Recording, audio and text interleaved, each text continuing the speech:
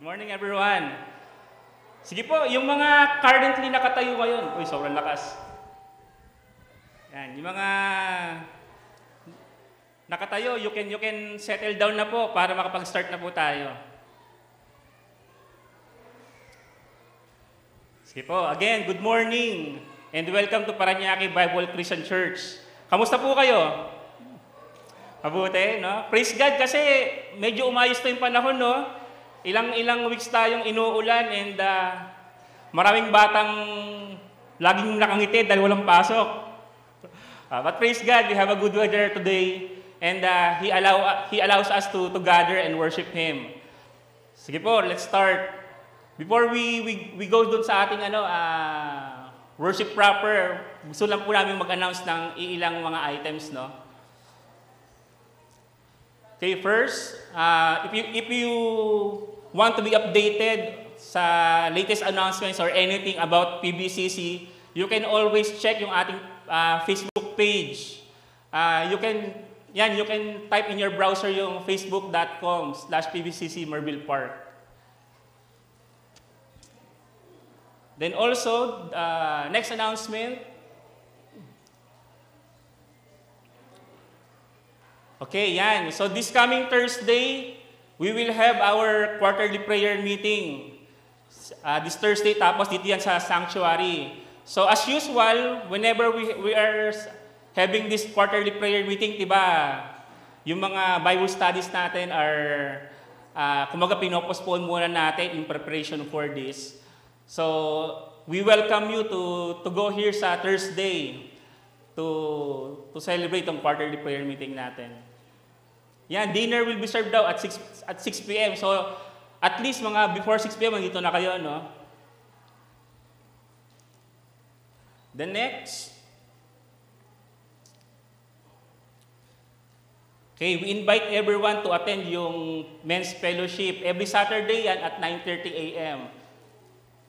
Kahit may quarterly prayer meeting, I believe hindi naman namin kinakancel yung men's fellowship. So, this coming Saturday, if you're available at 9:30 a.m. or 9 a.m., 9:30 kami nag-i-start mag-study, but at 9 a.m. nag-gather na kami nagkakaroon kami ng breakfast fellowship. So, to all men out there na available ng 9:30 a.m. ng Saturday, please come and join us sa men's fellowship. Lastly, again, we would like to encourage everyone to please turn off their cell phones or at least put them in silent mode as we proceed yung ating worship this morning. Then for welcome, I don't receive any list for the newcomers or any visitors, but we welcome back si Tita Banji. And si Christian, welcome back din. Yan, welcome back sa inyo, Tita Banji. Si Tita Banji, galing siyang US. No. Yes, si Christian and wife pala, no? Kasama pala yung wife niya. Welcome po, welcome. Okay, let's proceed. For our call to worship text, let me invite everyone to please stand up as I read our text. Our call to worship verse is found in Revelation chapter 4, verse 11. And the Lord says here, "You are worthy, our Lord and God, to receive glory and honor and power. For you created all things, and by your will they were created and have their being."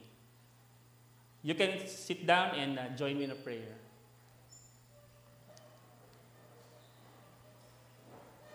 Our Heavenly Father, our good Lord in heaven, we thank you, Lord, for allowing us to gather and giving us this opportunity to worship you. But before we come in front of you with a heart of worship, Lord, we ask for your forgiveness to all the things that we have done that hurt you, that dishonors you, and displeases you. Lord, forgive us and continue to work in us so that we may become our Lord Jesus Christ in His holiness and His righteousness.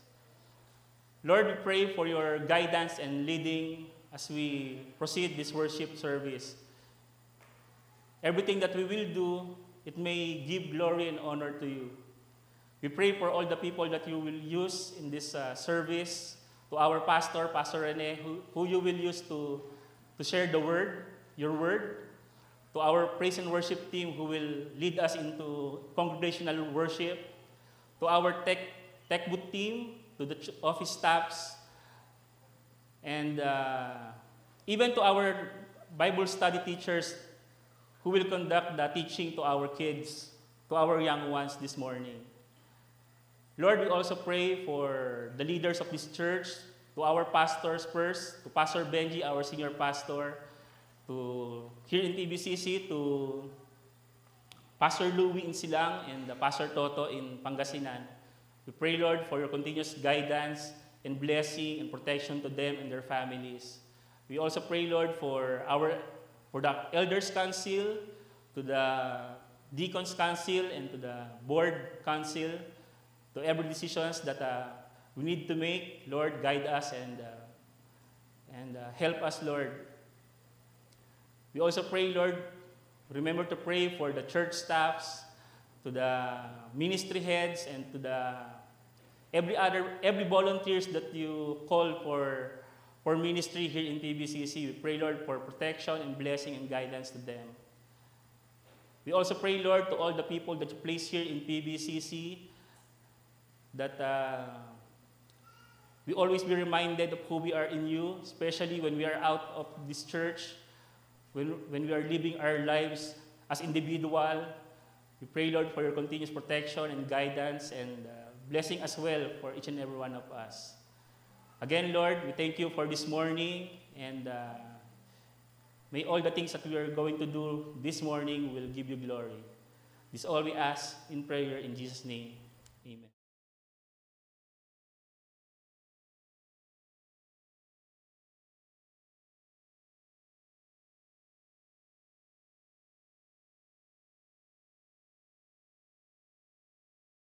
Good morning po sa lahat. Good morning. Magsitaw-yuhu tayo as we prepare ourselves to worship the Lord this morning.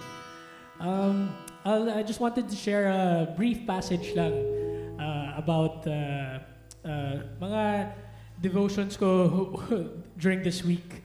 During this week kasi medyo madami lang struggles, and of course the Lord has promised us a new day every morning. Sige. My passage is from Psalms, no? Give thanks to the Lord, for He is good. His faithfulness endures forever. In my distress, I prayed to the Lord, and the Lord answered me and set me free. The Lord is for me, so I will have no fear. What can mere people do to me? Yes, the Lord is for me. He will help me. I will look in triumph at those who hate me. It is better to take refuge in the Lord than to trust in people. It is better to take refuge in the Lord than to trust in princes. The Lord is my strength and my song. He has given me the victory. The songs of joy and victory are sung in this camp of the godly. The strong right arm of the Lord has done glorious things. The strong right arm of the Lord is raised in triumph. The strong right arm of the Lord has done glorious things. I will not die. Instead, I will live to tell what the Lord has done. So this is the day that the Lord has made. We will rejoice and be glad in it. Dear Father, we declare, for whatever reason you have in making us experience troubles, struggles, worries throughout the week, we are thankful that your mercies are new every morning, and every day is a new day to start anew. And we declare, oh Lord, we leave behind what we had yesterday, because today is a new beginning. Today is a new day to praise the Lord. Dear church, worship has always been my refuge, worshiping God and loving the Lord. And it has always been an answer to my struggles, our struggles and our issues. So we declare today, this is the day that the Lord has made, and we will rejoice. Rejoice and be glad in it.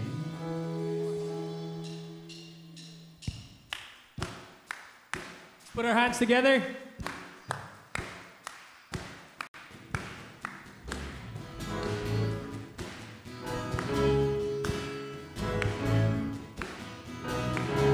There's a light that shines with hope and grace, fills the sky with new mercy each day. We're alive.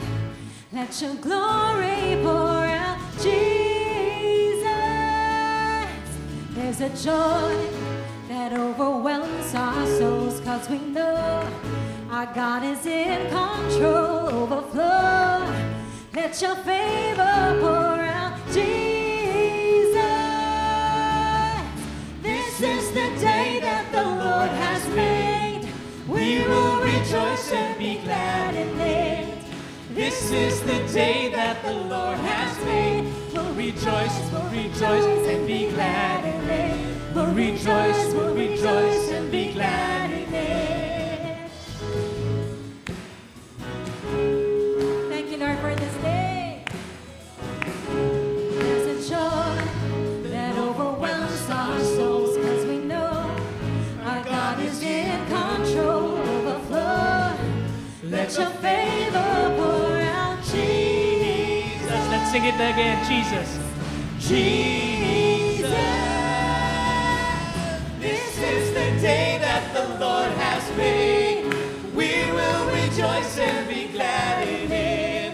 This is the day that the Lord has made. We'll rejoice and be glad in it. We'll rejoice and be glad in it. This is the day that the Lord has made. We will rejoice and be glad in it. This is the day that the Lord has made. We'll rejoice and be glad in it. We'll rejoice and be glad in it.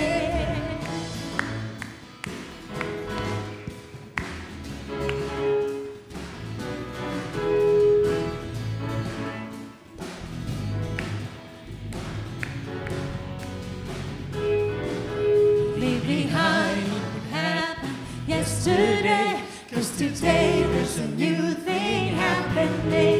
Leave behind what happened yesterday, 'cause today there's a good thing happening. Leave behind what happened yesterday, 'cause today there's a new thing happening. Leave behind what happened yesterday, 'cause today there's a good thing happening. Leave behind what happened yesterday, 'cause today there's a new thing happening. Leave behind what happened yesterday, 'cause today there's a new thing happening. This is the day. This is the day that the Lord has made. We will rejoice and be glad in it. This is the day that the Lord has made. We'll rejoice and be glad in it. We'll rejoice and be glad in it. This is the day that the Lord has made. We will rejoice and be glad in it. Are you happy? This is the day that the Lord has made. We'll rejoice and be glad in it. We'll rejoice and be glad in it. We'll rejoice and be glad in it. We'll rejoice and be glad in it. Thank you, dear God. Thank you, dear Lord.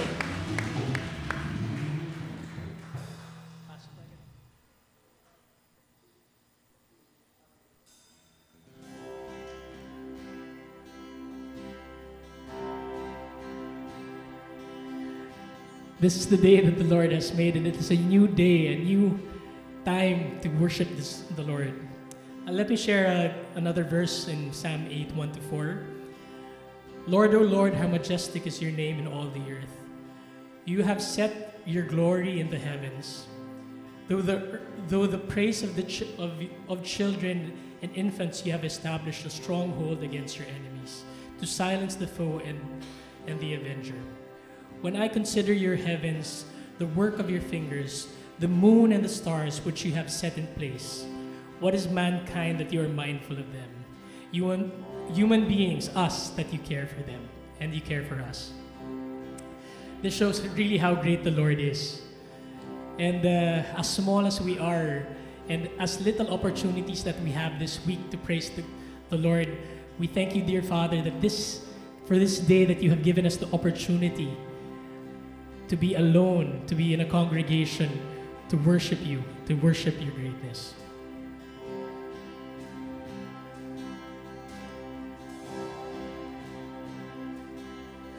The splendor of a king, clothed in majesty, let all the earth rejoice. Sing it out. He wraps himself. He wraps himself in light,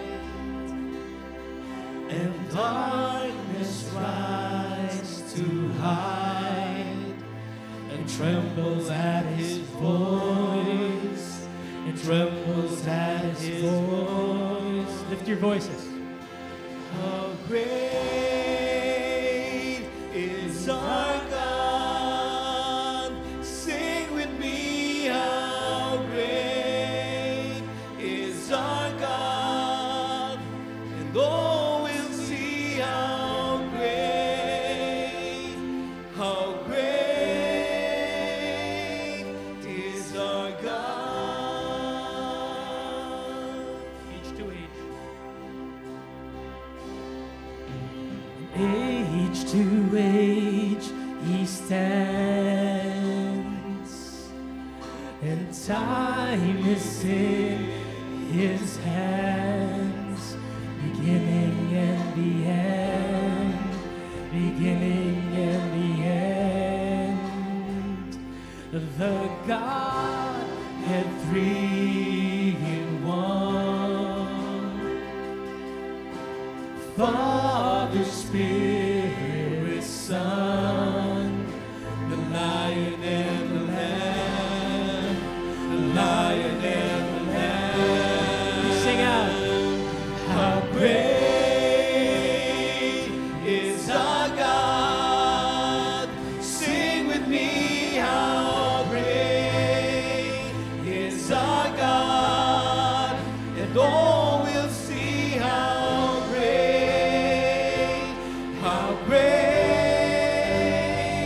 is our God. Sing that again.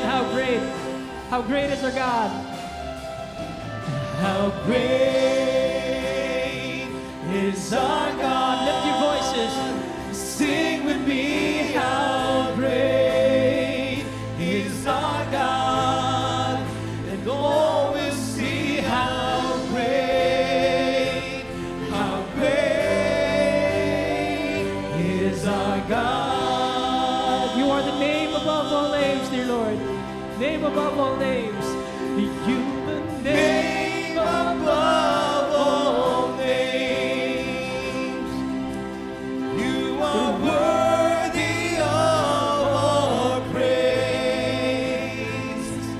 And my heart will sing how great is our God. Name above all names. Name above all names.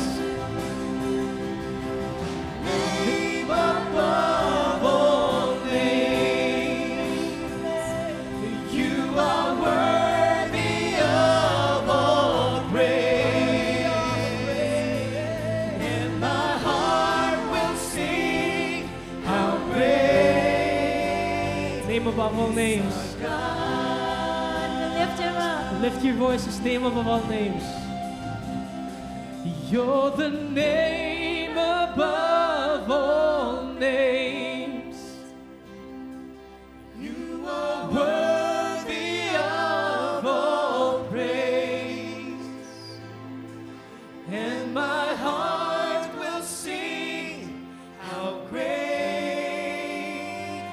is our God. We sing that again. Name above all names.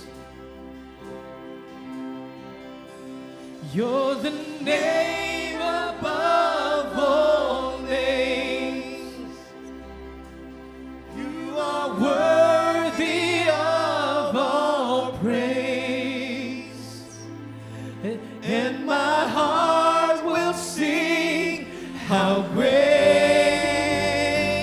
is our God. Let's sing how great. How great is our God? How great is our God. Sing with me, how great is our God. And all will see how great is our God. How great is our God? How great is our God. Sing with me, how great is our God. And all will see how great is our God.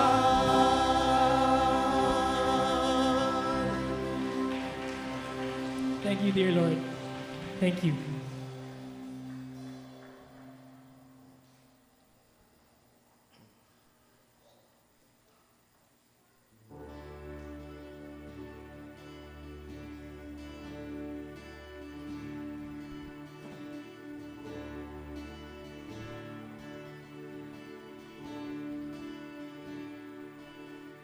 Sadyang kay buti ng ating Panginoon, magtatapat sa habang panahon, maging sa kabila ng ating pagkukulang, biyaya niya'y matuloy na laan. Katulad ng sinag ng itong araw, patuloy siyang nagbibigay tanglaw. Kaya sa puso ko't damdamin, katapatan niya'y aking pupurihin. Dakilain siya. Dakila ka, O Diyos, tapat ka ng tunay, magmula pa sa ugat ng aming lahi. Mundo'y maghunaw, maaasahan kang lagi, maging hanggang wakas nitong buhay.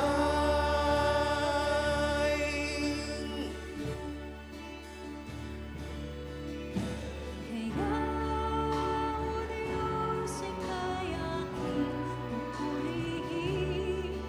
Sa buong mundo'y aking awitin.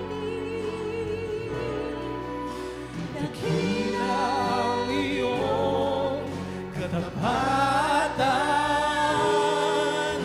pag-ibig mo'y walang hanggan. Dakila ka, O Diyos, tapat ka ng tunay, magmula pa sa ugat ng aming lahi. Mundo'y magunaw, mamaasahan kang lagi, maging hanggang wakas nitong buhay. Dakila ka, O Diyos, sa habang panahon. Dakila ka, O Diyos, sa habang panahon, katapatan mo'y matibay na sandigan. Sa bawat bigati, tagumpay may naroon. Daluyan ang pag-asa kung kailangan hinahon. Pag-ibig mo alay sa amin noon hanggang ngayon.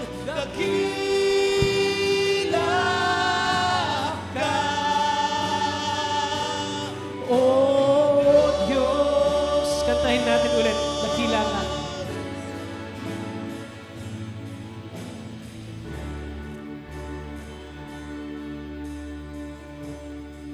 Dakila ka. Dakila ka, O Diyos, sa habang panahon. Katapatan mo'y matibay na sandigan. Sa bawat bighati, tagumpay man ay naroon.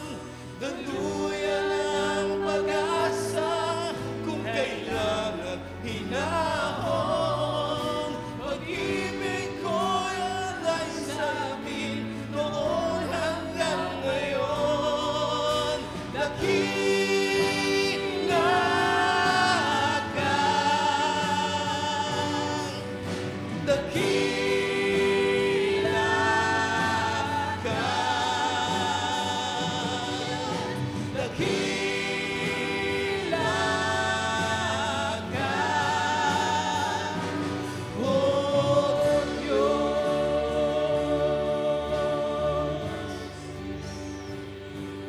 O Diyos. O Diyos. O Diyos. Salamat po, salamat po.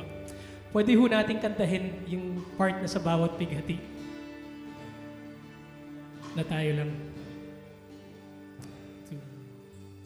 Sa bawat bighati, tagumpay man ay naroon. Daluyan ang pag-asa, di kailangan hinahon. Pag-ibig mo alay sa amin noon hanggang ngayon. Dakila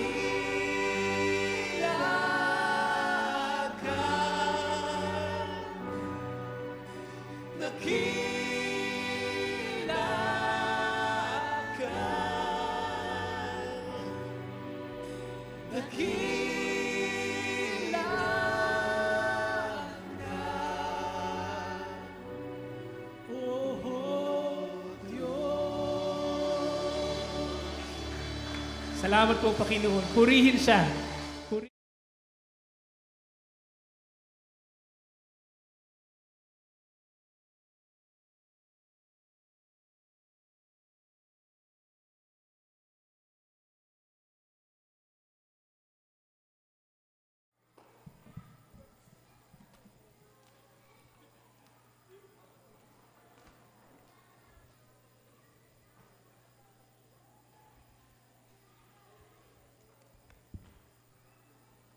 Good morning po to everyone. Magandang umaga po. Ang pagpapala ng Panginoon ay sumaating lahat, no? We will be reading the passage a bit long and a bit difficult to interpret in the light of the current appreciation of the verses. This is found in 1 Corinthians chapter 14, verses 26 to 39. Shall we read together or silently?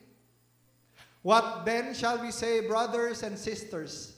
When you come together, each of you has a hymn or a word of instruction, a revelation, a tongue or an interpretation. Everything must be done so that the church may be built up.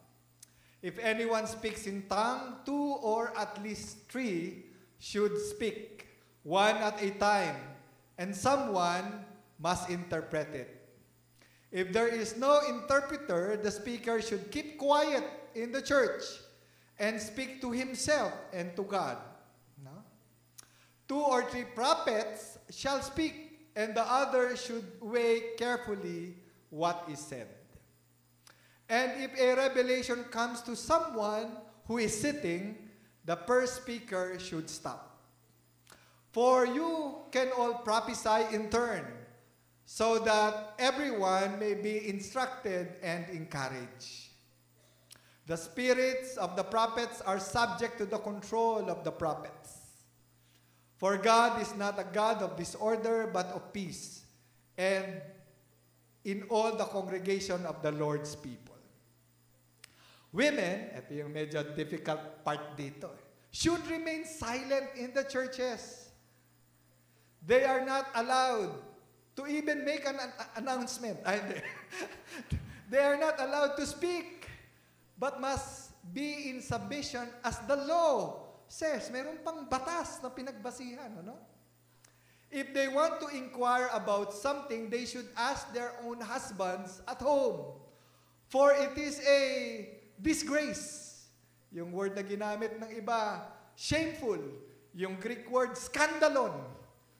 Where we got the word scandalous, no? For a woman to speak in the church. Next, or did the word of God originate with you? Or are you the only people it has reached? If anyone thinks they are a prophet or otherwise gifted by the Spirit, let them acknowledge that what I am writing to you is the Lord's command. But if anyone ignores this, they will be themselves ignored. Therefore, my brothers and sisters, be eager to prophesy and do not forbid speaking in tongues. I think that's the last verse.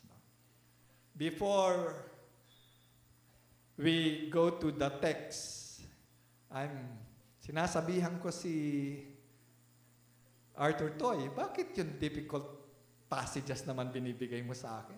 Pwede bang about love na lang?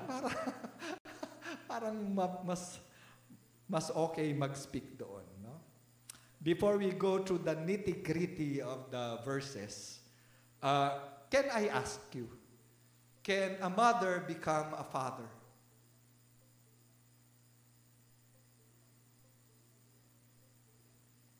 Pwede bang maging tatay ang nanay? For sure, many women, mothers, actually enter into the role of being a father. In what instances? In instance of death. Pag namatay yung tatay, yung parenting, yung role ng father, ina-assume ng mother. O in terms of distance, 11% of Filipinos are OFW. Or in terms of disease, pag hindi na maka-function on a fatherly role because paralyzed yung tao. Or when the father is done with the family or total neglect, the mother enters into the role. I mentioned that because later on at the conclusion, we will answer yung difference between the identity and the role. Yun ang sasagutin natin mamaya. Let me just establish the framework on how we will interpret this very difficult passage. One of the framework in interpreting this is the idea that Paul was talking about control and order. That's the goal on a public worship setting. And then he was speaking about clarity over confusion, most probably about incidences that happened in that particular church. And thirdly, considerations about the role of women. So, iyon yung titingnan natin, no? Especially when there is contradiction in terms of interpretation. Okay. Let me first submit that this, parang thesis presentation ito, no? Let me first admit that these verses, what these verses are not saying. Lagay muna natin yung kung ano ang hindi sinasabi ng mga verse na ito. One, this verse is not saying that women cannot proclaim or even testify or even teach. Kakalito kasi yung verses when we equate speak to becoming a speaker. Kaya, ang interpretation ng verse is that women cannot become speakers. Samantalang yung verse, dinistinct, inihiwala yung nag-i-speak at yung nagpra-prophesy. Lilinawin ko ulit. For example, the Great Commission task everyone. As in Acts 1:8, where we are challenged to become witnesses. And then there are 4 roles. Sabi daw, you go, women go. Make disciples, men and women, make disciples. Baptize, men and women, baptize. Kasi all Teach, men teach. Women cannot. Walang ganong provision. It's a general provision that everyone can teach. Now, in the book of Mark, yung word na teach is even replaced by the word preach. No? That's a very strong argument. By the way, the difficulty in making interpretation in passages like this is that you are already placing the verses in the tradition where you are in already. Kaya yung interpretative focus nyo, hindi pwede yan kasi sa church namin hindi ginagawa yan. No? But let's analyze, no? Let's expose, let's uncover. Another command na nagsasabing women can proclaim, and this is scriptural, is in Acts chapter 2 when the Holy Spirit came. And the 120, both men and women, were acting like they were drunk because they were speaking in other languages. And Peter stepped in, quoting the book of Joel, that in the last days, His Spirit will be poured out, even my servants. Joel 2:28, even my servants, both men and women, will prophesy. Now, yung word na prophesy, dalawa ang intended meaning. Sa Old Testament especially, prophecy is to proclaim the coming events. As in the book of Revelation, you prophesy na mangyayari so and so. No? But in the book of Joel, it is given in this sense. You prophesy instead of telling about the future events, you are proclaiming about the claims of Jesus. So to prophesy is to explain, proclaim what Jesus did. And that hinges on the idea on the book of Acts. Yung kanilang spread ng gospel, they prophesy. Meaning they explain. And then later on, even in church practice, ito yung pangatlong pwede mong sabihin na women can actually proclaim the ministry of Aquila. Aquila is a Roman name for a man. And Priscilla, which is the Roman name for a woman. Mag-asawang tandem. And what did they do? They proclaim and teach. Some are saying that si Priscilla had a helper role. But that is not justified by the text. In fact, sa 6 times na na-mention yung pangalan ni Aquila at Priscilla, 4 times, inuuna si Priscilla and Aquila.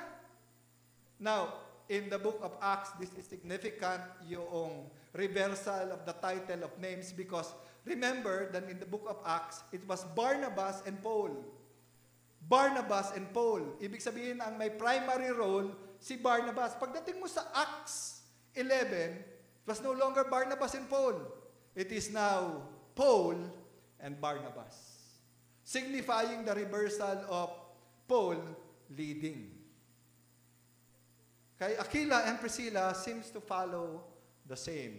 In fact, they were both teachers ni Apollos and significantly contributed to the development of the theology of the Apostle Paul. So did women have a preaching and teaching role? Even early on, apparently so. Wag muna nating tingnan yung church tradition, no? Kasi babalikan ko yan. Pangalawa, it is not saying that women cannot occupy important and even leadership roles in the church. Hindi sinasabi ng mga verses sa Corinthians yun. Remember that in 1 Corinthians chapter 11, Sinabi na doon ganito, when women pray and prophesy. Sa worship setting na yun, they pray and they prophesy. Sabi ng iba, sa prayer meeting lang daw yun. No? But it's not really justified by the text. Paul was referring to the design na ang head ng church ay ang Diyos, si Jesus, the head of the man is Christ, the head of the woman is man. So there was a grand design. But the role and function seems both. They can both pray and they can both prophesy. Okay. Medyo nakikita ko yung mata ng iba. Saan punta si pastor dito? Ha? Saan niya dadalhin ang PBCC? What then are these verses saying? First, let us go to the setting, which is a public meeting. A public meeting. Kung saan, in order na may idea ng control yung speaker, even the speaker of tongues. Hence, the tongues is not a mindless adulation of words. But in fact, it is subject to the control of the one who speaks. And in fact, it is so controlled that the interpreter can immediately stand up and interpret. And you can actually control it because the Apostle Paul said na pag walang nag-interpret, you stop. Which means you are under control. It is not a cruise control of the Spirit, but rather an openness to Him. Paul said,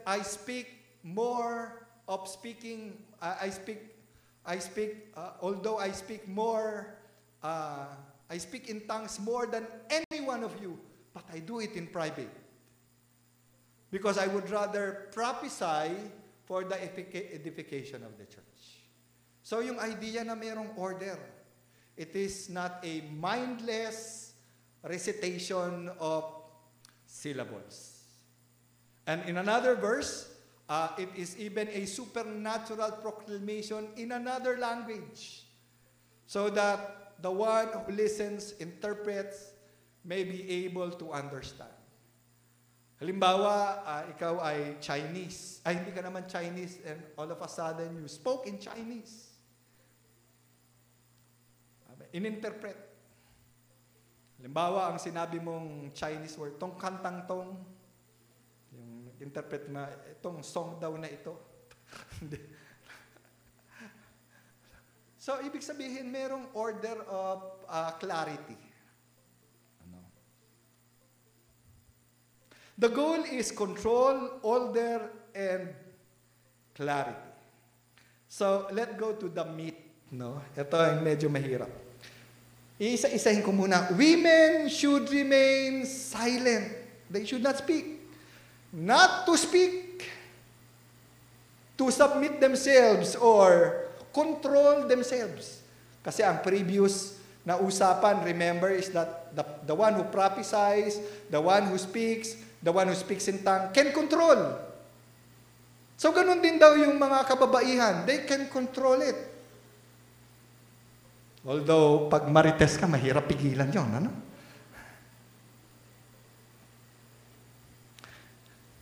But let me ask, kasi ito yung task ng interpreter. All women?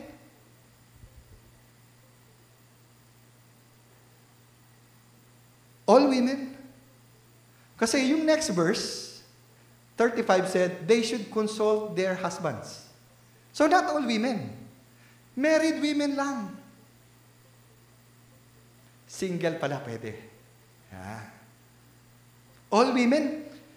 Yung speak ba means speaking in the pulpit? Eh, dalawang word yung ginamit eh. One who speaks and one who prophesies. Pag nag-i-speak yung women dito, doon sa Corinto, ano yung ini-speak nila? Ano yung topic nila? They were actually making an inquiry. They were asking in the middle of someone prophesying.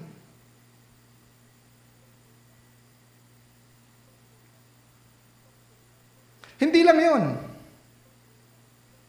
Bakit binanggit na according to the law? Well, I've searched the Torah. There is only one instance where a woman is not permitted by a man to speak. Has to do with the law of Levirate. The law of Levirate says, pag mag-aasawa na kayo, magpapakasal kayo, even when the woman makes a vow to be your wife, it is not binding until the man says, I permit it. So the law has not to do with the church. It has to do with the relationship of husband and wife. Which brings into context what is scandalous. Ano yung scandalous? When women speak? Hindi, in-establish na nga natin yung speak dito, hindi yung speaker sa church. In-establish natin yung speak dito is when you disrupt by asking questions. Tapos sabi ni Apostle Paul, let her ask her own husband so that there would be order. Ngayon, yung verses nito appears to be Paul speaking to a section of the church. Sa mga prior incidents, alam nyo, letter is always a response to a crisis. So there was confusion. So there is room to believe that these women, all of a sudden asking question, disrupting the worship service, are wives of church leaders. What is scandalous is that when your husband is speaking, and then a woman would contradict you, who happens to be your wife. Kaya Paul was saying, pwede ba? Settle it. Ask the question in private so that the thought of the preaching and the gospel proclamation would not be disrupted. What is scandalous is that there is a rotten relationship between you and you speak in the church. Sabi ni Apostle Paul, that is disgraceful.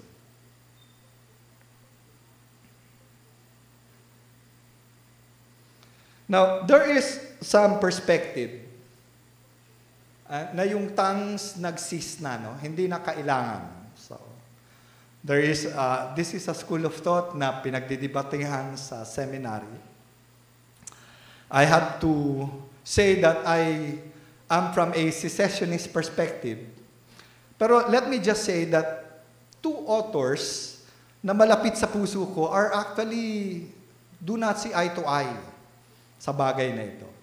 Si John MacArthur, medyo absolute yan. No, women, don't speak, walang role. But even if you apply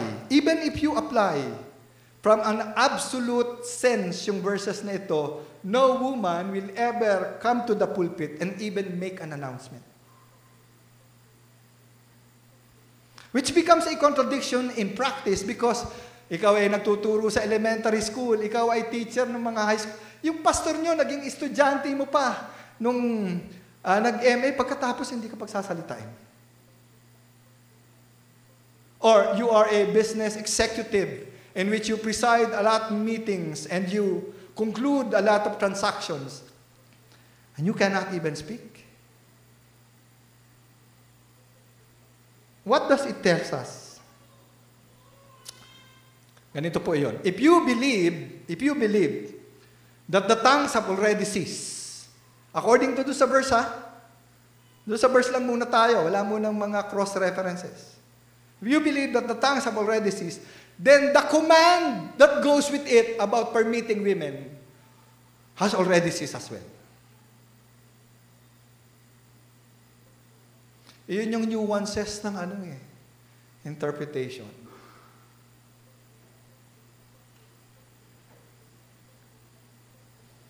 Pero it begs another question in terms of practice.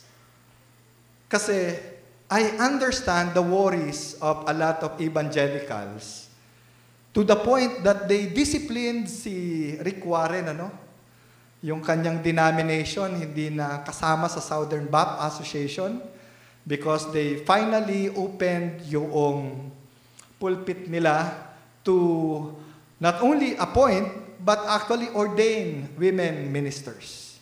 And by tradition, the Southern Baptist does not hold that position. And because of that, they were disfellowship. Ang comment lang ni Rick Warren is that, can we not treat it as a variance of interpretation rather than as if we are disobeying the words of the Lord, equated with the idea of immorality and adultery. So yun lang yung appeal niya.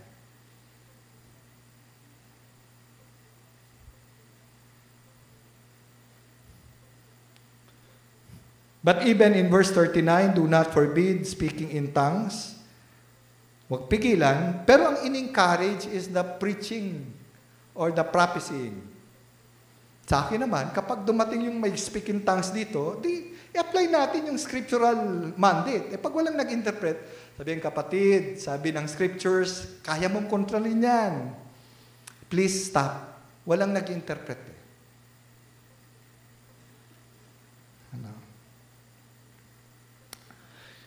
Can women become ministers or pastors? I think that the fear has to do with the cultural war, especially waged in the West, trickling down to the Philippine context. Because some are saying that if we do allow that, we are nearing the needle of what the gender advocates are saying. That there is no difference between gender, there is no difference between roles, and there is, to the point, no difference in terms of identity. That instead of calling women as mothers, you are to call them as birth givers. And to the point that they can identify biological women as fathers.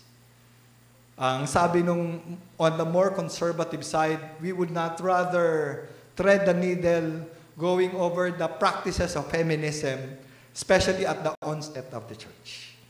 We understand those fears. No? In 1995, I was a young student in seminary, and I was ministering to a church in Balangao tribe, Nueva Vizcaya. We were there for 2 weeks, and we learned about the history of the church.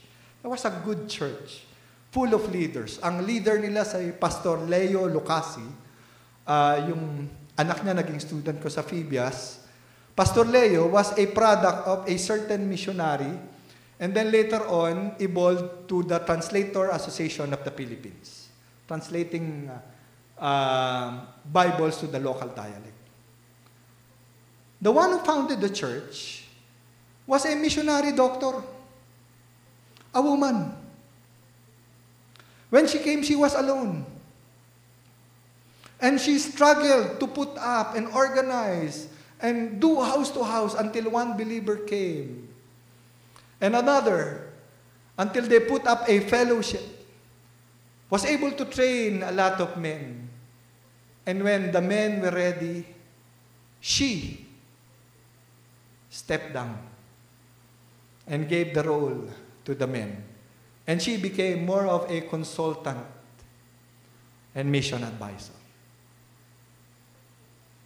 Although mothers can step into the role of fathers, let me just say this. God's design is not overruled by our emergencies or contingencies. 1 Corinthians speaks of referencing to from chapter 11 where the design of the family should be reflected in the church. That's one of the designs. But what are we to do about women? Let me just say, the Jesus I love elevated the role of women to such a high point, told Mary Magdalene to preach the gospel. So she was the first women preacher to the disciples. The Jesus I love also talked to a Samaritan woman who was filled with shame. And she became a preacher to the town and said, "Look, I have found the Messiah." The Jesus I love elevated the role of women to the point that she said that studying the scriptures under my feet, like Mary, is more than doing tasks that are domestic. The Jesus I love elevated the role of women that there is equality in significance. Later on, Paul would say this, "For in Christ there is neither male or female." Hindi ibig sabihin walang biological male o walang biological female. What he was saying is the significance is the same. I encourage you to practice your gift. You have a fine mind, a solid heart for the Lord. Do devotions. Let me end with a personal note. My wife is a Bible school teacher for 36 years. She was my partner for a long time in ministry. We are invited in a lot of occasions to speak as husband and wife team. No? But did you know that she never spoke in my own church? Even when I am sick, I would tell Jean, namatay na po si Jean. Sabi ko, "Jean, ikaw na sa Sunday." She would often tell me, "Ano ka ba, isa lang ang pastor. Mag-assign ka ng lalaki." She respected the idea of the reflection of the family, even in our own church. I still carry that tradition, but I do not belittle the gifting and the calling of women in the ministry as well. This is a difficult passage, and may the Lord have elucidated our minds. Maraming salamat po.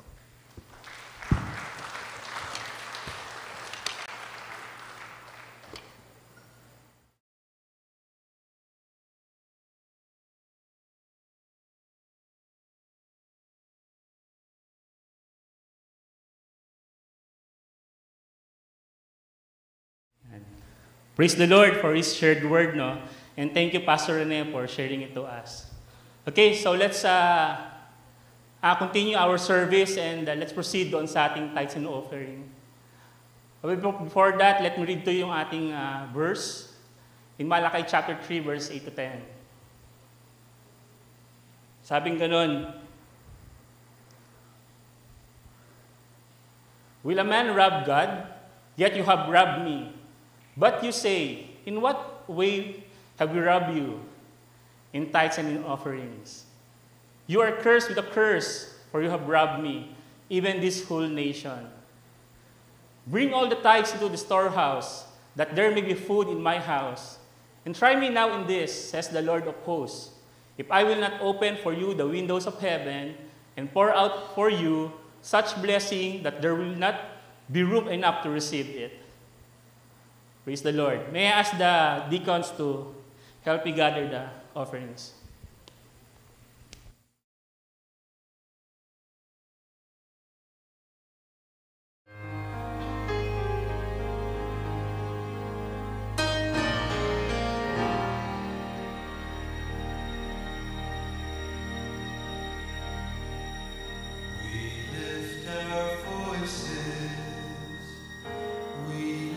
Our heads, we lift our love.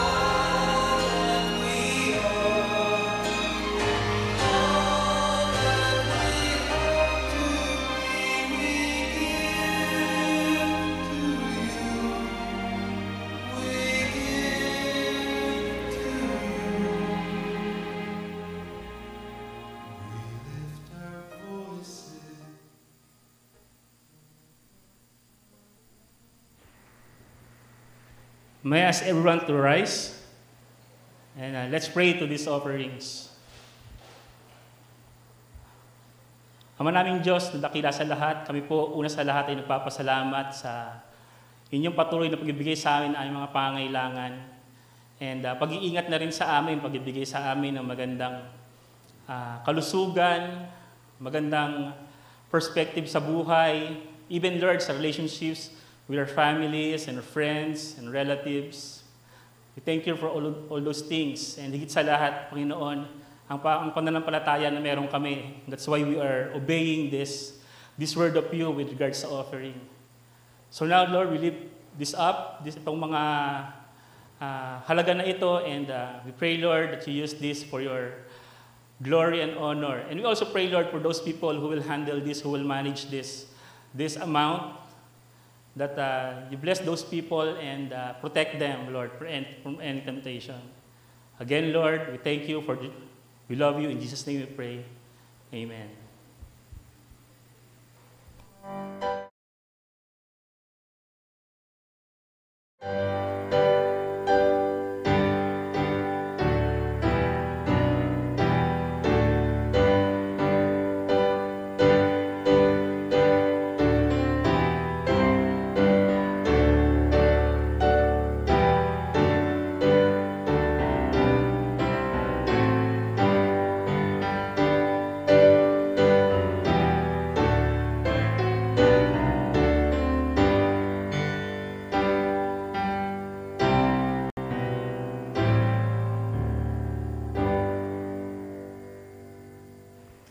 Please remain standing for our benediction. Muli, Panginoon Diyos, kami po ay nagkapasalamat sa inyong pag-aalaw sa amin na kami po ay makapag-worship sa inyo ngayong umaga.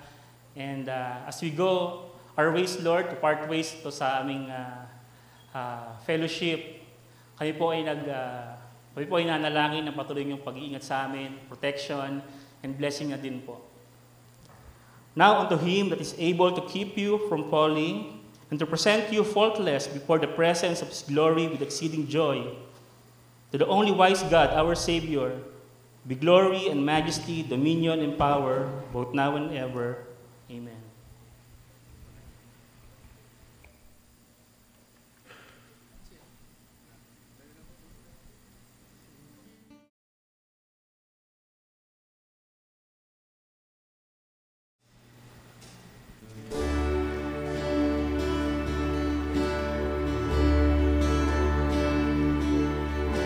Dakila ka, O Diyos, tapat ka ng tunay, magmula pa sa ugat ng aming lahi.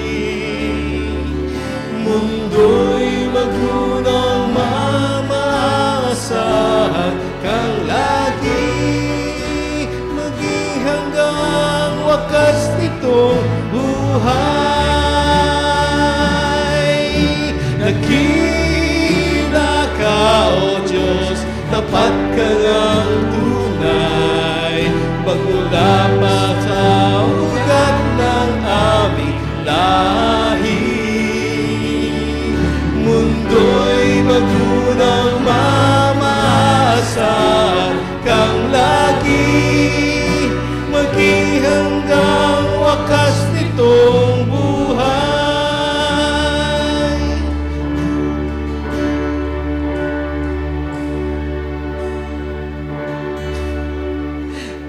Happy Sunday, everyone.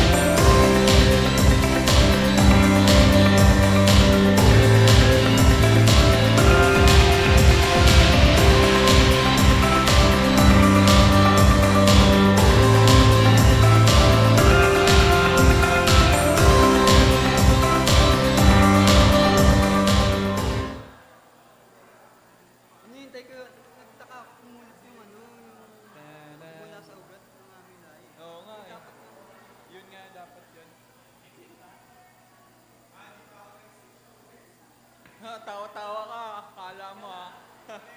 Tawa-tawa siya eh, kala niya hanggang this year yun eh. Ngayon lang naman yun eh. Siya na next week. Ano ako sa point dito pa ako.